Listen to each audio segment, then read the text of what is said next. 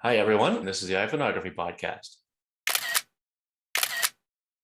Okay, everyone. This is a special recording date, and it's because we have a guest on today who is from totally the other side of the planet.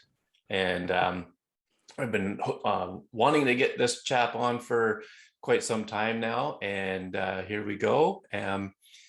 First of all, I have my co-host Dave Podner with me too. He was fortunate enough to be able to join us. Hey, Dave. Greg, how's it going today? Not too bad, not too bad at all. Um, let's hey, let's just get right into it. Our guest today is none other than smartphone photography trainings, Mike James. How you doing, Mike? Great. Thank you very much. I'm excellent. Very good today. Yeah, so we've been talking about having you on for a little while now, and everything's lined up now that we've been able to schedule it. So it's actually early morning for you, and late afternoon for Dave and I. So that's part of why it's so tricky to get somebody on from a completely different side of the planet. But thanks to technology, we've got this ability, and glad to have it. So let's just start by introducing yourself. Tell everybody who you are and what it is you do. Yeah, fantastic. Yeah, it's 7 o'clock here, so it's quite pleasant timing. So we've done that really well. Sometimes I'm running workshops at 2 o'clock in the morning, and they are hard to bring the energy and present and talk about smartphone photography at that time in the morning. It's a challenge. As passionate as we are about it, it can be quite hard. So I help. I've just rewritten this little blurb. We all have to have a little blurb who we help and what we do. So I've just rewrote this a few days ago. So I help photo enthusiasts intuitively create their next favorite photo using a systematic process. Now, I know that's a bit of an oxymoron, and that's intentionally that way because I'm online now. I used to do in-person workshops, but everything is online now. And I find online training is very different to in-person workshops. People want the fastest transition in the least amount of time. And for us, we're passionate about this. It's a lifelong journey for us. And if we pick up a tip here and there, then that's fantastic. It keeps us motivated and inspired. But for a lot of people, it's like any new skill. They want to kind of master it in the shortest amount of time. So that's why I have that systematic process. But that said, I'm acutely aware of not leading people down this path, because I've been there, where you become a slave to different guidelines and rules and things like that, because then you kind of, yes, they're the pathway to creativity, and that's kind of been my journey. But yeah, a lot of people then get kind of fixated on the rule of thirds, and then that becomes the ceiling that they hit, because that's the way they've learned. So that's what I try and do, is try and help people enjoy photography with the smartphone that they have, whether it's an Android or an iPhone and tablet, iPad, whatever it is, action cam. It doesn't really matter. I try and help people with more the fundamental of photography, the storytelling, the intention behind the photo and composition, and then into the mobile editing. I love that, geeking out and having fun with that. But I try and keep away from the technology side of it, and hence why I have my 10S Max sitting here in front of me. Because for me, it's and you guys, I know you guys talk about this all the time. It's the technology is fantastic, but it's the story behind the photo. It's that side of the art of photography is a lot of fun, and that's what I try and concentrate on, because that's what I've struggled with. So I try and help people with the struggle that I've had. Yeah, it's in the communities online and stuff, there's a lot of people that are just getting into this kind of thing, and um, you know sometimes they just don't understand how it works and whatnot. And having programs like yours, you're so good at teaching it. Oh, thank you. I mean, as much as I think I know about this stuff, I never know everything. And I can help people as much as I can, but I can never do it in a way that's like a formal educational system like you have there. I just I think maybe it's because I'm too much of a scatterbrain. I don't know, but you even like you're so organized. Yep. Even when like you interviewed me about a week ago on your podcast, and you were so well prepared and everything else. And I just said before we started recording here today, we just fly off the seat of our pants. And I think that comes from our tiny shutter days, Dave. Like, see the tiny shutter, little plug Oh, for the look at past that. there. Bit of merch. But when Fantastic. we were on tiny shutter, we kind of discussed what we were going to talk about, but only just a little bit. And but it was fun. I mean, it was fun. It was you got us for who we were. And I mean, Dave could tell But you it's just as all much as about I bringing could. It was value, isn't it? Yeah. sorry, Dave or Mike, what was that? I was just going to say it's all about bringing value. It doesn't Yeah. matter. And I've been a listener for the last 6 years of when I first got into this, listening to the Tiny Shutter podcast, and you guys brought value. And it doesn't necessarily have to be educational value. It's inspiration. It's stories. It's yeah. So yeah, I mean, I'm a systems person. I connect with that side of my brain. That's why I've struggled so much with photography myself. But when I say struggle with photography, I've been doing it for more than 25 years. but but for the first 20 years, it was very technical, very, very technical, like extracting as much detail as you can out of that photo for very strict parameters and purpose for that photography.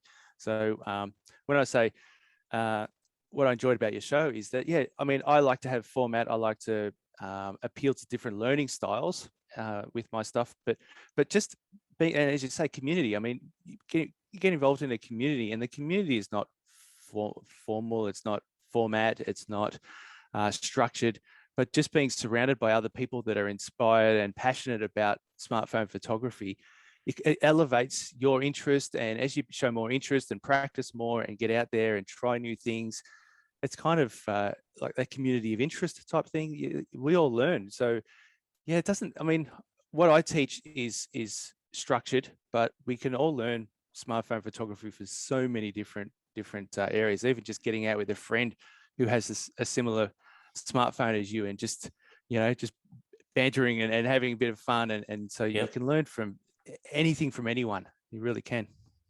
Yeah, and Dave, you're getting the iPhone 13 Pro Max at some point here in the near future. So I imagine you'll be able to bounce off of other people that have that device, because you're going from the 10 up Right. to the new one, and that's going to be a pretty big jump for you, right? Yeah, it'll be an exceptionally large jump. And actually, Ruth went from the 7 Plus to the 13, the non-pro, just the 13.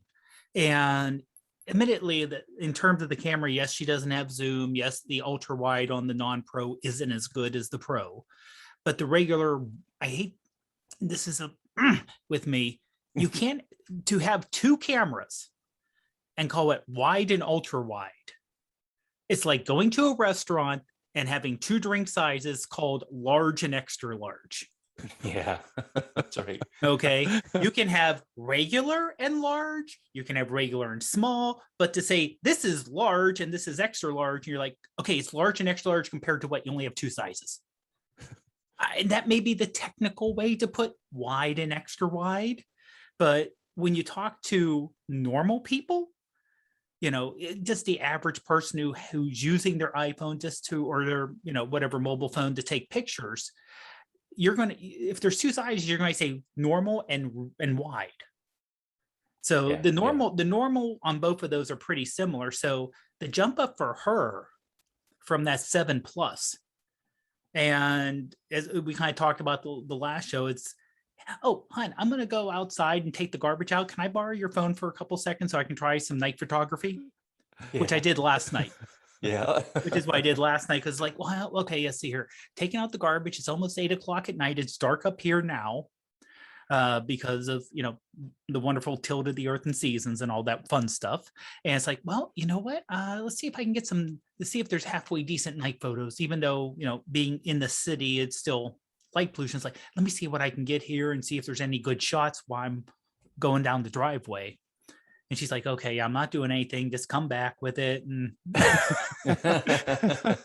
I have a similar thing. My wife has the 11 Pro, and I cannot get my hands on it because she works off her phone, so she is connected to it. And okay. if I can't get it for any more than a couple of minutes at a time. And when I give it back, it's like, are you done? Now, yeah, my I can Pro- relate now, to that. oh yeah. Now my Pro Max is due in 10 days to 2 weeks, depending on shipping. So the week of the 18th is when it's due. Now every time you per see the app. every time you see a UPS truck or something in the neighborhood, are you kind of Oh, hopeful? no, because I'm checking the app daily. Since I Yeah. purchased Oh, it yeah. through Apple, I'm actually checking like, okay, maybe they got a little, which I know we have issues with supply chain and everything else. But you know, like I'm checking, okay, let me check here, let me check that. Okay, update, and no, still scheduled. Yeah. Okay. But Mike, I know, I kind of know what you're talking about, going from an in-person to online training. Years ago, I did college algebra courses where I taught online.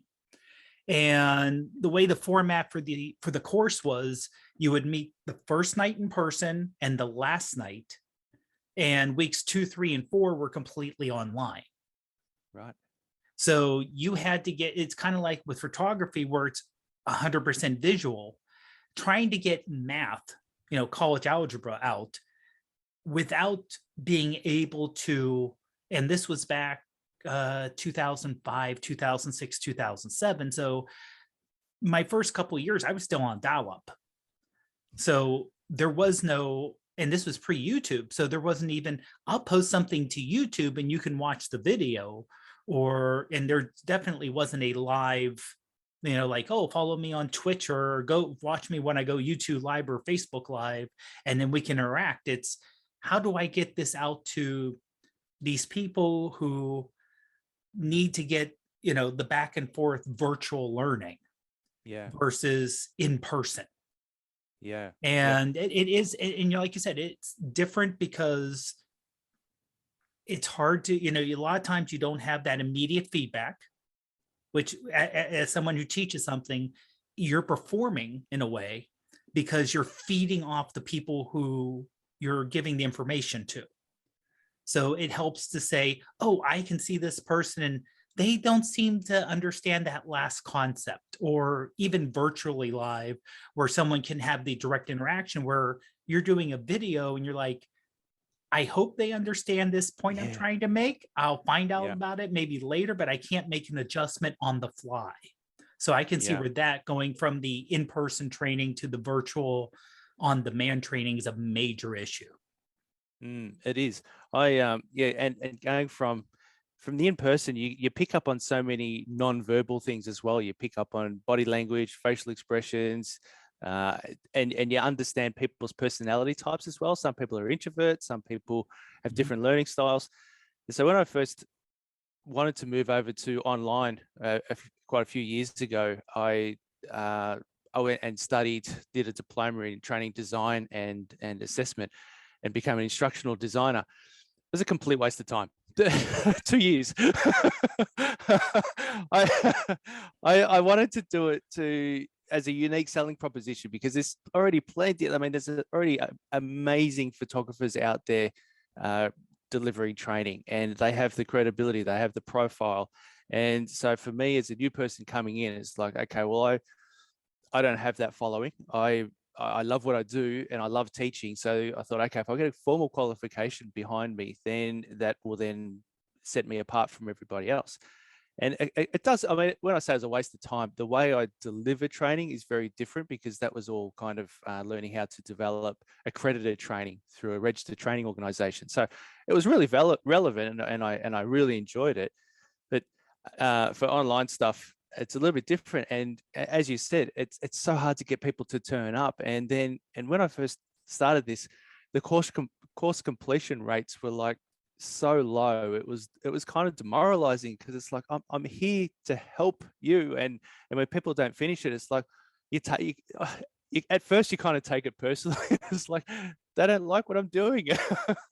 but then you find out that it's kind of an industry standard is that all online training struggles. So I try to implement, well, I have implemented now a community side to it. So every course that I have, there's a social wall, and it's cost me a lot more money to set this up, but I think the learning experience is so much better because you can interact with other people that are doing the course. You can comment, and one of the biggest things I try and do is that it's not, because I've heard this feedback from other people doing other courses when they come across to me, is that they bought a course, spent so long making the decision, finally pulled the trigger, went for it, enrolled in it, and then they were just left on their own, and just that was it. They kind of then sat in their inbox and then life gets in the way. They get busy, and it just sits there, and then you have buyer's remorse and all that sort of thing. So I really wanted to try and avoid that. So I have the community there. I have, whenever somebody signs up for a course, I jump straight onto Bonjoro and send them a personal thank you and a video message just to connect, make that connection, and say, hey, I'm here for you. I'm here to hold your hand. I'm here to help you. It's they're video lessons, but we have this social side of it as well. And you can reach out to me at any time. And then I have it systems. I have it diarized to follow up a few weeks later. I can now go into my system and see whether they've been involved and logged in, and then I can follow up and say, hey, how's it going? And more often than not, still get the same.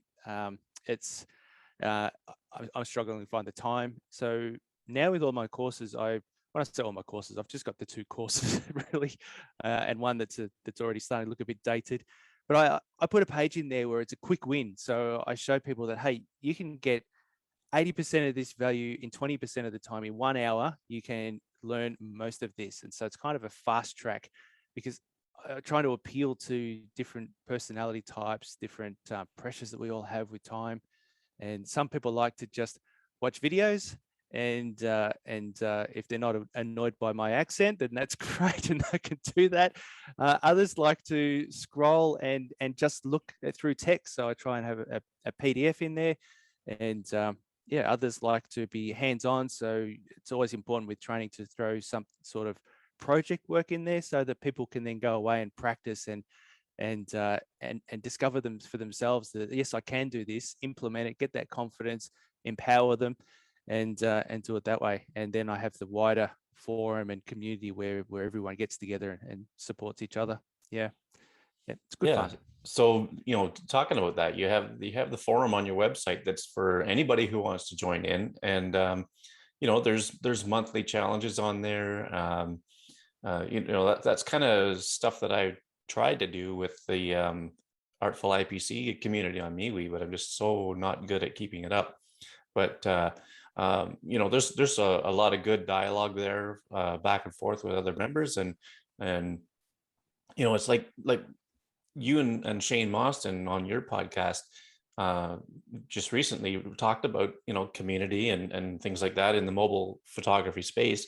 And again, just like anywhere else, there's all that camaraderie and friendship and no elitism. There's nobody. Everybody gets along, and that's what I love about it. And so I also wanted to ask you, how did you get started in mobile photography right from the beginning? Like, you've been into photography for 25 years, you said, but obviously that's not been mobile all that time. Yeah. So 6 years ago, I kind of had a moment where I realized that, well, go back a step. I worked in photography, very technical, and I hated photography. To be completely honest, I really disliked it, because for me it felt like every time I pull out a camera, and I had the best camera stuff you could buy, every time I pulled it out, I felt like I was at work. So I had that connection every time, and you'd be at family events, and everyone would say, "Oh, you're the photographer," and so I'd bring out my big gear, and I'd be one of those annoying perfectionist people who would say, "Okay, just turn your shoulders this way, do this." Not that I knew what I was doing, but then I would the settings. I'd be there trying to get it all perfect, and it just felt like I was at work. So I just didn't take photos, and I've got three young kids, and 6 years ago, I kind of realized that I don't take any photos, and that happened when my mum passed away. And if you've been through that unfortunate experience where you lose a parent or a loved one, you, in preparation for the funeral and that sort of thing, you go looking for photos. And my mum was quite ill for a long time, and most of her adult life she was quite ill, and she hated having her photo taken. So she never took photos of herself. And going through her photos, the only photos that mum and dad had were just these scenic locations where they were. And it's like, well, yeah, Warrnambool, the whales at Warrnambool are fantastic, but that's not what we want. We're desperate to find photos of mum.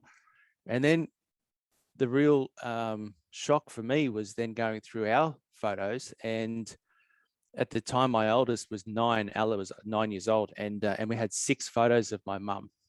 And over 9 years, I had 6 photos. And that was just a real wake-up call. It's like, what? Wow, how? I've got the most expensive gear. Like, I have no excuse. I've I mean, nowadays we've got the phones, which is brilliant. But then I can't say I didn't have the convenience of a phone because I had all this stuff. So after that point, I decided that, well, I realized, well, yeah, there's no photos of me either, because us photographers are much more comfortable behind the camera, not in front of it. And so I kind of thought, okay, well, I need to get into photography and take more photos. And it became, as we've all experienced, and your listeners are here because they've experienced it themselves, that lugging around that big gear can be quite difficult, and you miss photo opportunities because you don't have your camera with you. And so I suspended my extreme prejudice towards the smartphone because it's like, why would I ever take a photo with a phone? I've got all this gear. And then after that point, I just discovered that, hey, I don't have to worry about the technical side of it, and started to enjoy taking photos. And then I wanted to, and I became a photo enthusiast. And even though I've been working in photography for a long time, taking photos, I wanted to take photos that were aesthetically pleasing and looked nice and were balanced and powerful and all this sort of thing. But I had no idea. I was learning photography all over again. And the smartphone allowed me to just focus on that and concentrate on that, instead of, what f-stop am I using and all that sort of thing. And so then I kind of went on this kind of journey through that, because I didn't know about composition. As long as I had what I needed in the frame, I was happy. And so I had to learn about composition. And it was actually going out with a professional photographer and spending one-on-one time and with him. And I said to him, mate, I just don't get it. Your photos look amazing, and mine just look like snapshots. And over a coffee, we talked about it, and he opened my eyes to all these different guidelines. And the way he explained it to me was that you're not taking the photo for you, you're taking the photo for the viewer. And what you're trying to do is you're trying to set this scene up in this photo that they have a visual anchor, something to go to that has space around it. So then you can, as landscape photographer, so it might make more sense what I'm talking about, and then have space around that to then go and look at other focal points and elements in the photo, that then you create this visual journey and create narrative. And because I'd heard this idea of storytelling and all that, it's like, storytelling, we're down at the ocean, there's no story here, there's no hero villains. Yeah, that's right. But when he explained to me that the way you place these elements in the frame and how they all relate to each other, size, positioning, differential focus, all this sort of thing, that when he explained that to me, it's like, now I get it. Like, now I understand how to create an engaging photo. And for me, that was kind of the moment where I realized that this technical side of my brain that I've always connected with, I can have a bit of a systematic approach to photography, and then that will kind of unlock and unleash the creative side of it, where I just have fun with different perspectives and that type of thing. So, and then having the obsessive personality that I said, I thought, okay, composition is the key. So then I went out and studied composition, and then became very quickly overwhelmed by how many things there are out there. And so then I developed a bit of a system for that as well. Yeah. Yeah. Now, just let everybody know, because I know this because we've talked about this before, but let everybody know the importance of getting a photo of a family member, because there's a photo you have of your mother that is just absolutely priceless for you and your family. Yeah, it's I mean, it's hard because people our age, we kind of, we don't like selfies. Yeah. My kids take selfies multiple times every day. But for That's the us, generation. Yep. yeah, I know. I wish I could get over it, but it's just so hard. um, yeah, and it is, because the photos they're a gift for others. We enjoy taking them, but a lot of my students say that one of the reasons they want to improve their photography is to be able to give them to, literally give them to people as gifts for Christmas and that sort of thing. And I know myself, we put together a bit of a family album for all of us, and we give that to my dad and my wife's parents as their Christmas gift. And at first it was a bit weird, hey, here's some photos of us. It's all about us, and giving Yeah. that to them. But they love it. And when we were living overseas prior to COVID, and had to kind of rush back to Australia to lockdown, it's yeah, that year we missed the album because we were just so busy, and they were just devastated. It's like, oh, come on, where's our calendar? So it's a gift for other people, and that's it. And one of the things I forgot to mention there is, when I first got into it, I the live photos on the iPhone, I thought it was a bit gimmicky, and thought, it's just annoying, this scrolling through the Photos app, and you got all these wiggling photos, and prior to iOS 13, it kind of felt like a bit of a gimmick. Now you got the long exposure and all that sort of cool stuff in there as well. But there's one of those photos that I have of my mum. One of them was actually a live photo, so we could actually hold our finger on there, and we've got a couple of seconds of my mum's voice. And as you say, that's just priceless, because memories fade. And my youngest now, he's now 9, and so he was 3, and so he doesn't really remember grandma, but every now and again he grabs that photo and he plays it, and it's just priceless. Yep. Yeah. Photography is amazing. I don't use live photos enough. I honestly don't. Probably because I use Halide more than I use the native camera app. But Dave, you use live photos all the time, and Yeah. you're able to capture a lot of moments with your dogs and cats and things like that. And I mean, I'm sure you find a lot of value in it too. Oh yeah, yeah, and that's honestly the main reason I use it, because it's so hard to, especially the cats. It's like, well, the dogs get a little crazy. It's like, okay, stay. That's a perfect position, and they move. Or let me, and they know, like, I put up my phone to get a picture, and they start to move. So having that live photo is in, like, our one cat who we had to put to sleep just a few weeks ago, or a couple weeks ago. One of those things where time kind of, you lose track of how long time is. But there were a couple of live photos of her where you can see like the movement she did, or her meow, or something like that. And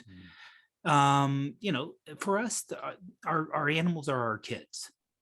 And I was able, now I saw someone else put a photo out of their cat in a box. So, and this is one advantage of Google Photos. I was able to go into Google Photos, hit search, type in cat box, and it came up with all the photos with cats in boxes. And that's a little bit better than what the iPhone can do. So I was able to say, hey, that one I like, that one I like, that one I like. And they were all live photos, and that one, and then say, create a collage, or create a slideshow, or create a video, and be able to get a little video together of, over the last, how many, I think it's over the last 4 or 5 years, of photos of, cats in different boxes where I could throw it together. And having that live photo where you have that little bit of movement. And like I said, it's only just a second or two before and after the photo, but it's just enough to hit that movement where it's real nice.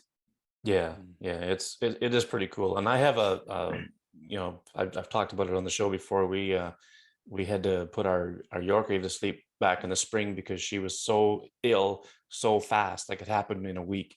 And but there's a live photo that we have that I use of my iPhone as my lock screen, and it's just her, with her feet up on my knee or whatever, and she just kind of sneezed a little bit, and just to see that all the time it's so cool. um so Yeah. what was I going to say now? I'll just add something there, Greg, if I can. Yeah. I had somebody in my community share a photo of them at the moment when they were at the vet, and when their dog passed away, and it's such an emotional time that I thought, how did you think to take that photo? And because that's really valuable. And then as it happened, 2 weeks later, my dog passed away. And Oh, and I was at the vet. This is going back a few years ago now, and because, and this is one of the things I like about the community and how we kind of learn from each other and motivated, blah blah blah, is that if I hadn't have seen that photo, I wouldn't have thought to ask the vet to take a photo of me saying goodbye to my dog. And it's such a, I mean, it's pretty raw. mm, I'm pretty upset, but when I see that photo, it is a moment in time that is really, you don't want to forget that pain. You don't want to forget that. So yeah, those photos are really powerful, even if it is just for yourself. I would never share that online or share that with anyone, but for me, that's a really important photo. Yep. yeah, yeah, definitely. um so well, moving on to a little more lighthearted topic. um so you are also an ambassador for a wonderful company called Struman Optics. Um, as you know, I've got this on my case again, and I got my cinematic macro lens, which is, I mean, I gotta tell you, it's just the best macro lens I've ever seen any images from. And I'm not just trying to talk myself up here. The thing is just so good. It's so clear. Um, I mean, it's just an amazing piece of art, I call it. Yeah, yeah, Um, yeah, yep. and so, and they're located not too far from you. Is that correct? Yeah, they're only an hour away. Yeah, yep. Yeah. So Yeah, how did so you become an ambassador for them? I asked. Oh, nice. Ask and you shall receive. That's right. If you don't ask, you don't receive. That's right.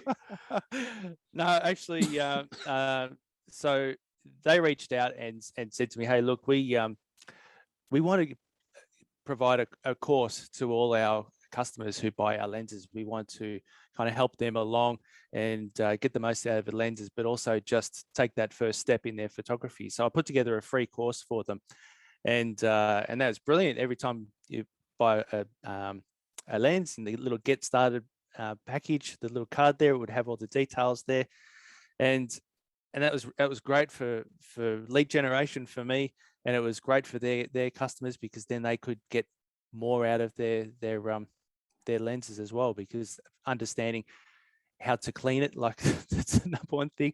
When you're cleaning your lens, you don't see this on YouTube, but I have I just use a little cotton bud, that you clean out your ears with. You use one of those instead of using your t-shirt, because that just spreads your finger oils. So using one of those. So I put little tips in there like that, but then I also talked about the photo intention, storytelling, composition, and a 6-step editing process on Snapseed that you can apply to all the courses. So that was how I kind of started. And then I said to them, "Hey, look, do you have an ambassador program? Because I love what you're doing. I love your product." And they said, "No, we don't, but how about you be the first one?" And so that's how that kind of came about. And yeah, their lenses, I've tried quite a few different ones, and I found that a lot of them would just, depending which way you're pointing the phone into light, you'd have a lot of that just contrast issues, chromatic aberration issues. But the worst one I found with a lot of lenses was the focus, the soft focus and around the edges.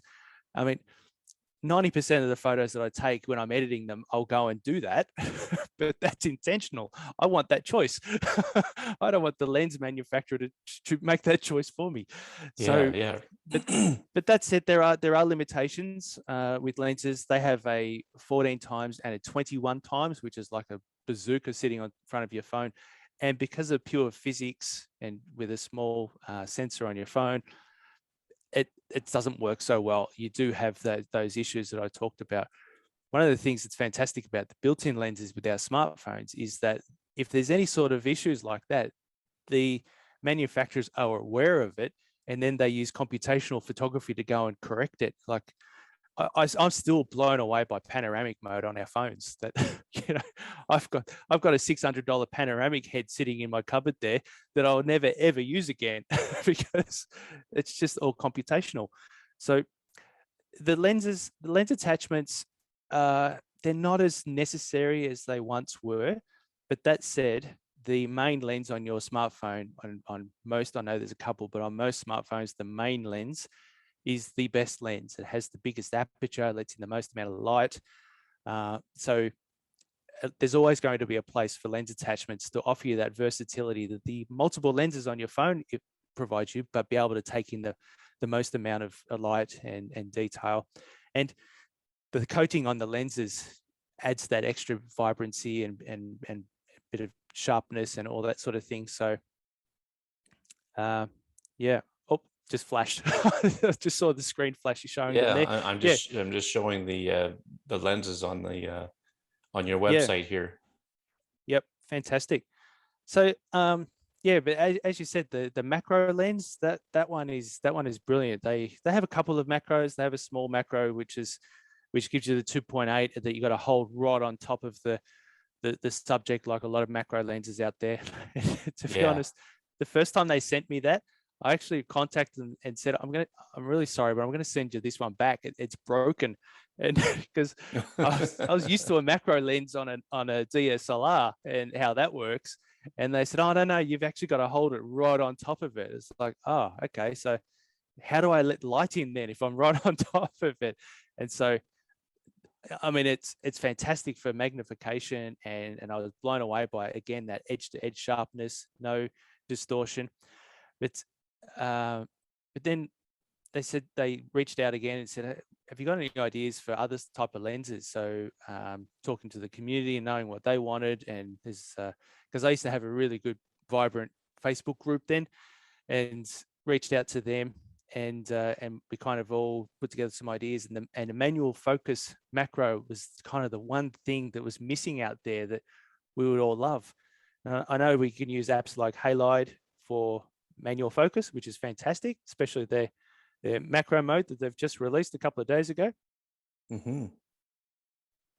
But to be able to reposition the lens so that you can be within millimeters and focus it so you can be within millimeters, and then bring it back and be able to focus again from about 2-3 inches away, 7 centimeters away, and still get that whole bee in focus instead of just the slither of the bee's eyebrow, as Ben at Halo used that example, the eyebrow of the bee in focus. Then that was just, for me, it was just a game changer with macro photography on the smartphone, because the blur is not computational. As amazing as it is, natural blur from glass is unbeatable. And that was the thing that when they sent me the prototype, there's a couple of issues with how stiff the ring was and the lens cap, but the one they've got now is just it's just brilliant. And I haven't tried it on the iPhone 13 Pro Max, Dave. I'm looking forward to seeing what that's all about. But yeah, like you said, just a game changer, that lens in particular. They've got lots of lenses, wide and telephoto, which is great for Zoom meetings to throw. You can clip it in front of your laptop as well. So there's a lot of versatility there, but the cinematic macro, manual macro, that's the one that I love. Yeah. There was there was a discussion on, I think it was on Shane Mostyn's Facebook group. Of course, I put macro pictures on there, and people were asking, how close were you to it was a B, and how close were you to the B, and all this stuff. And of course, I tried to remember as best I could, but I think that particular shot, I was about 3 to 4 centimeters away, because I took your advice and put the lens, at about the midpoint of the focus range, and then just of course, I use halide, so I put halide on autofocus, and uh, I was able to get sharp focus on it, and it was moving around or whatever. But um, so, and I explained that the nice thing about that lens is you can be up to, well, I don't know, 10 centimeters or so away from the subject, or you can be as close as a few millimeters. And um, so this person was, uh, I believe she got a hold of you anyway. I think she's not far from Struman's location as well, and so she was going to get either the HD macro or the cinematic macro. And I told her, I said, you'll get a lot better results with the cinematic, because it's so versatile. And so I imagine that's the one she's going to get. And Yep.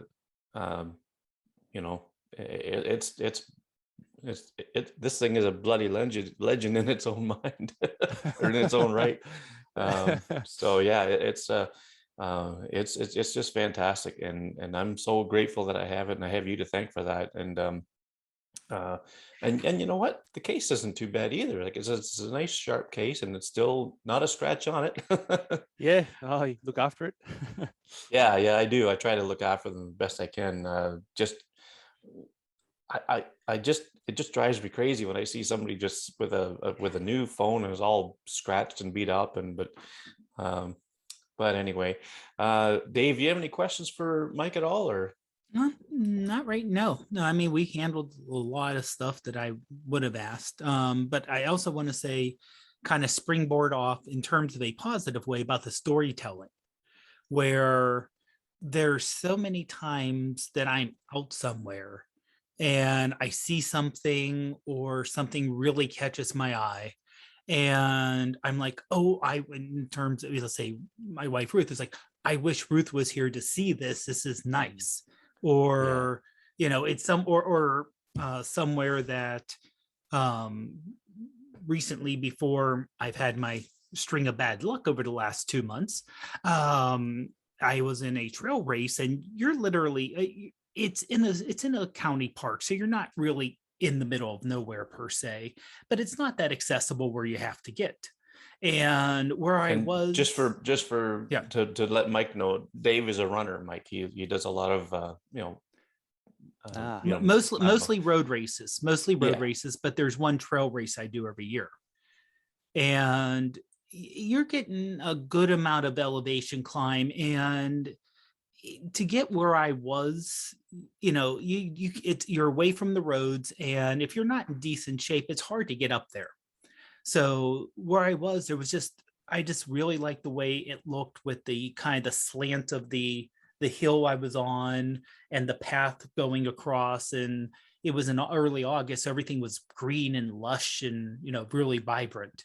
And I was like, this is just a great shot. So obviously, if you're going on a trail run that's 7 miles, you're not going to pack a nice camera. So I was able to pull out my phone and go, you know what, this is going to be a nice shot. I'm just going to stop for a second, just pull it out, get a couple of shots. And then afterwards, look at, this is just something caught my eye, and I was able to share it with people. Mm. Not necessarily do if you're old enough to remember the old slideshow, you don't necessarily want to do that. It's like, and here's the fourth shot I took of that rock, cha-ching, and here's the Yeah. next one, cha-ching. But to actually, being able to say, oh, and in the middle of the race, I saw this photo, or I was here. And, especially if you go to a lot of places where, for me, a lot of times in the middle of some of these races, it's like you're places where you normally can't walk, like a road race where if you're in the middle of the city, you're going over a bridge, and some of these places, they're not sidewalks where someone could walk there, or there's no convenient place for them to walk to. So to say, I just saw this and I wanted to show you this view I had here, or the sun hits something the right way, or the fog hits it. You're like, I want to share this with people. Not Yeah. necessarily because, hey, let me show you off how I'm running, but just this image is when it's coming up, just kind of hits you when you see it. Yeah. And just a Beautiful. positive way to just share an experience without dragging someone, say, hey, come with me on this 10-mile back. run. Yeah. You won't get me there. Yeah, it's like, no, I'm all for you doing it, but no. Yeah. Yeah. Can I just share my system? So one of the things we struggle with is that we see a scene like that, and how often have we all said the photo doesn't do it justice? Yeah. Oh, So yeah. I could imagine that scene, Dave, where you've got that, you said how the fog's falling and all that sort of thing. It can actually be really hard, especially with the wide angle lens and that subject to lens distortion, that sort of thing. Things that are further away can look really small, and it's actually really hard to capture your emotion that you've felt. And with storytelling, with photos, storytelling, because that's one of the things I struggle with. People would say that to me all the time, and I didn't really get it. And I kind of touched on it before, but with my system that I use, it's storytelling. It's about the intention. Is first of all, before you get into a composition system, is the intention, and the intention in that scenario, Dave, is that I want to capture what I'm feeling, what this scene, like it's impacted on me. That's the stimulus. That's the intention, is I want to capture this scene. So then after that, it's like, okay, drawing on my visual literacy and understanding how the eye moves around scenes. How am I going to capture this in a way? How am I going to position everything so that I can communicate this story? And that's what the story is. That story is this scene and the components of that scene that work for it. So my system is basically, the first step is where do I position myself, and where do I position my camera, distance, height, tilt. You mentioned the tilt of the road or the mountain there. Like, do I need to tilt it just a little bit to further emphasize it? That sort of thing. So that's the first step, is where do I position and prepare and position the camera. The second step of the system is where do I position the main hero of the photo, the main visual anchor, the emphasis point, the point of fixation in the photo, where somebody is attracted to my photo. Where do I want them to look first? So when you're taking the photo, you just kind of, you can even just squint and look at it, try and reduce the details, and squint and go, okay, what am I seeing first? Is it the big boulder? Is it the size of the boulder? Is it that, or is there something in this scene that is grabbing my eye first? The third step then is, how do I position the other parts of the scene, the contextual elements of the scene? So whether it's the windy path, is there something at the end of that windy path to kind of reward a viewer following that path? So that sort of thing. And then the fourth step of my composition system is then, it's not really composition, it's the editing side of it. But I would suggest that adding a vignette to your photo does add composition to your photo, because you're darkening the edges and you're bringing the viewer's attention back into the middle of the scene, whether you've positioned that vignette right on the edges or you've moved that central point a bit off center. Editing kind of, because we're all attracted to high contrast, color, faces, movement, or implied movement. These are the things that attract our attention when we look at a scene, look at a photo. So if we can edit it and do localized editing with some amazing apps that are out there, then you can manipulate the viewer's attention to follow that path and take in the scene exactly the way you took it in, and highlight the bits that kind of grab your attention, whether it's the texture of the gravel on the ground, or whether it's the beautiful lighting, or if the sky is kind of blur and it wasn't so much about that, well, you can blur that out and you can desaturate, mute some colors and that sort of thing. So I believe that the editing side of it is kind of, it's integral to the composition to kind of enhance that viewer experience. So yeah, so that's how I break it down, is you have the intention, and this is what I'm photographing, and then the composition is how am I going to tell this, how am I going to tell this story? Yeah. Yeah, so if that's just a fraction of what's in your new course on composition, it's going to be really something else. Because I mean, composition is it's not everything about photography, but it sure is a big part of it. I mean, if you don't have a good composition that's, aesthetically pleasing to the viewer, then you've just got either a snapshot or just a photo that's not that good. Um, so I'm looking forward to seeing what all's in that course. Uh, so we'll cap it off here real quick with I got a question for both of you guys, because both of you guys are going to get the iPhone 13 Pro Max. And knowing now what we do about it, I mean, I'm not getting one, so I won't be able to answer this question myself. But what is it that you're looking forward to the most? And Dave, we'll start with you, and then we'll finish with Mike. There we go. Um, Honestly, the one thing I'm kind of looking forward to is the combination of more zoom, because there are times that I want to take pictures of something happening that I can't physically get closer, and the better night mode.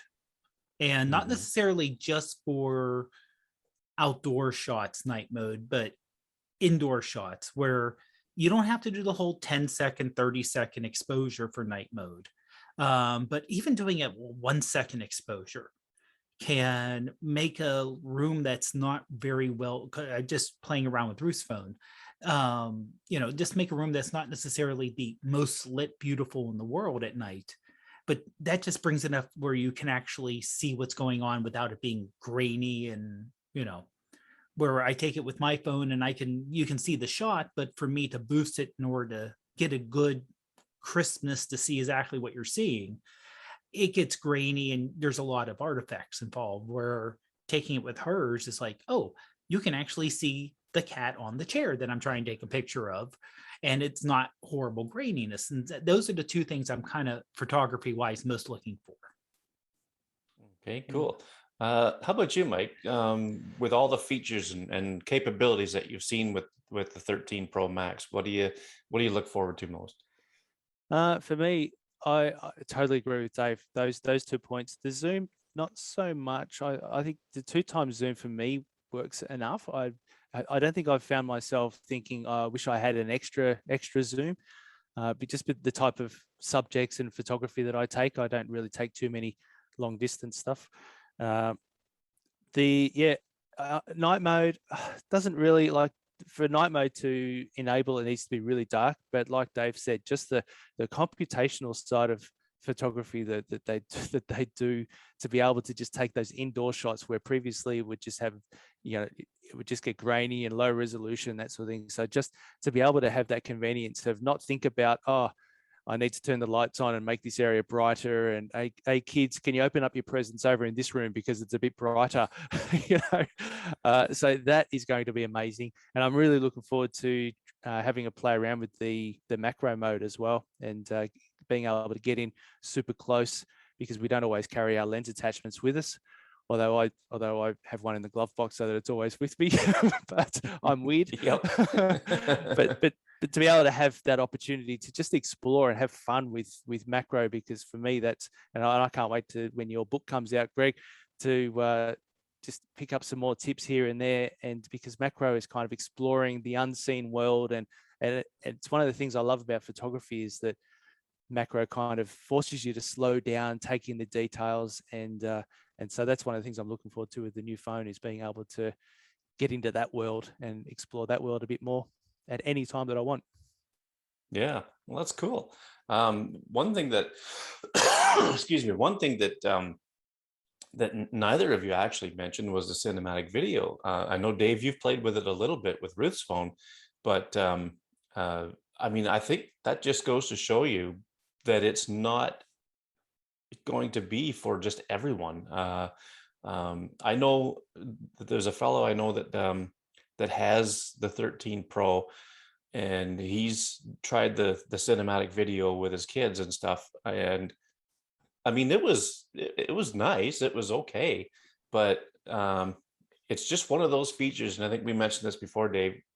it's bound to improve over time. Mhm. And because as it is right now, I mean, it could be a little janky at times. So Right.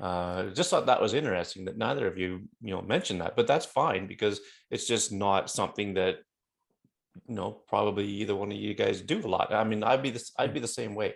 If it was me answering that question, if I was getting one, I would probably be looking forward to probably the Zoom, the 3 times telephoto, because the 2.5 times on my 12 Pro Max is the lens I use the most. It's it doesn't have the best aperture out of all the cameras on there, but it is the one I use the most because I just like um, the view I get from it. And I wish it had a better aperture, but um, so would I be looking forward to the macro on it? Uh, I don't know. The jury's out on that one for me too, because I mean, I've seen some pretty impressive stuff, but I'll tell you, you're not gonna beat the glass when it comes to macro. You just can't do it. So I probably wouldn't even use the macro on it that much if I had it because um, I don't know. You just can't beat this. So well, that was a great conversation with you, Mike. I'm so glad we were able to line this up and have you on. Why don't you tell people where they could find you online? Yeah, great. Okay. So the best way is through the website. And so if you join the website, it's smartphonephotographytraining.com, and join the forum, join the free membership. For now, it is free. And in there, in my tutorials and articles and all this sort of thing, I always have links in there to PDFs, ebooks, all that sort of thing. And they all live in a central repository inside this membership area. So as soon as you sign up for one of those things with your email, your name, a membership is set up automatically for you, and that's where you access it. And it's a way that when you access it, you get access to everything. You get access to a ton of free stuff, all my giveaways, all my free course. It's all in there with the forum, and that's what I try and it's where I try and capture everybody and look after everyone in there. I spend quite a bit of time in there because that's the side of it that I really enjoy. So yeah, just jump over to the website and yeah, sign up for any of the free stuff, and then you'll get all the free stuff. Yep. Yeah, cool. So yeah, I'll have links to that in the show notes and everything else, so people can go ahead and follow that. And the forum, it's growing, and it's a fun place to be. So definitely check that out. How about you, Dave? I think we all know where they can find you, but tell everybody anyway. Yep, you can find me on Instagram and Twitter as Prof Pod, on Facebook as Dave Podner Jr. All righty. And you can find me on Instagram at Macmillan Photo and Twitter Macmillan_photo. And I'm also in the forums on Mike's website. And let's see where else. I'm in a few different groups on Facebook, the Bloody Legends group with Shane Mawson photography and or mobile photography, and the Tiny Shutter group on Facebook, and the Artful iPhoneography community, artfulipc.club. That's what it is. Right. And now, Mike, you also have a link that specifically leads to the forum. Is that right? Oh, there we go. I dropped out. Come back. A link to what? Sorry, Greg? To the forums. You have a direct link to go to the forums? Yeah, so basically it's so smartphonephotographytraining.com/get started. And that's the best way to jump straight in. Yep. Get started. Don't you have one though that ends with .club? Ah, yes, I do. Thank you. Yeah. I forgot that I made it so simple. Yeah, of course I do. It's smartphonephotography.club. Yes, it is. Smartphonephotography.club. I tried to keep it really simple and I forgot. Yeah. Yep. That's Thank all right. you. So yeah, we'll definitely have that link in there too. And thanks again, guys. Thanks, Dave, for coming on right after work. I mean, you probably haven't even had supper yet. And Mike, thanks for jumping on early Saturday morning for you. It's Friday afternoon for us. And I guess that's it for today. We will see everybody on the next one. Thank you. Have a great week, everyone.